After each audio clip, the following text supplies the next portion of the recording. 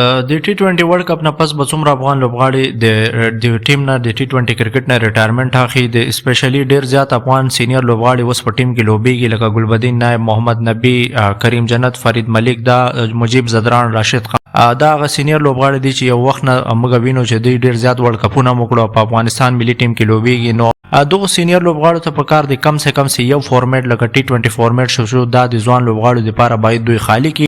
لکه ډیر مثالونه زموږ په مخ کې پراته دي ک انډین ټیم ته تاسو وګورئ ډیر داسې ټیلنټډ لوبغاړي روهیت شرما، ویرات کوهلی غوندي لوبغاړو د टी20 نه ریټایرمنټ واخیستو وجه دا وس یاره ځوان لوبغاړو ته زیات چانسونه پیدا شي. دغه سي استرالیا کې هم تاسو وګورئ مارکو اسټوینس، میکسویل دغه هغه لوبغاړي و چې دوی ریټایرمنټ واخیستو وجه دا ځوان لوبغاړو ته باید دوی ځای خالی کی چې ډیر زیات ځوان لوبغاړي ولوبي. دا سي دا نوې ځوان لوبغاړي چې دغه ټیمونو کې راځي دا هم تر یو وخت پورې لوبيږي بیا به ریټایرمنټ اخلي د نورو لوبغاړو لپاره به ځای خالی کوي.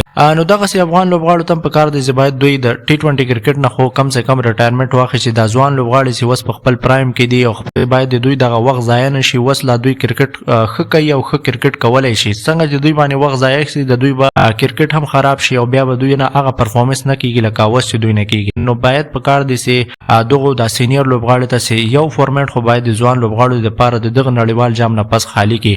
په دغه کې محمد نبی یوازې هغه لوبغاړی دی چې ریټایرمنټ کنفرم دی. دغه نړیوال جام نه پس به دی ریټایرمنټ اخلي. ورسره ګلبدین نایب تم باید په کار دي چې نور ریټایرمنټ واخلي. نوین الحق هم زما په نظر باندې به دی ریټایرمنټ واخلي ځکه چې د ډیر زیات انجریم دی بل دی لیګونو تمام زیاته توجه کوي. ورسره مجیب زدران ته په کار دي ځکه چې شاته وحید الله زدران هم دی، ورسره علامه محمد غزنفر هم دی.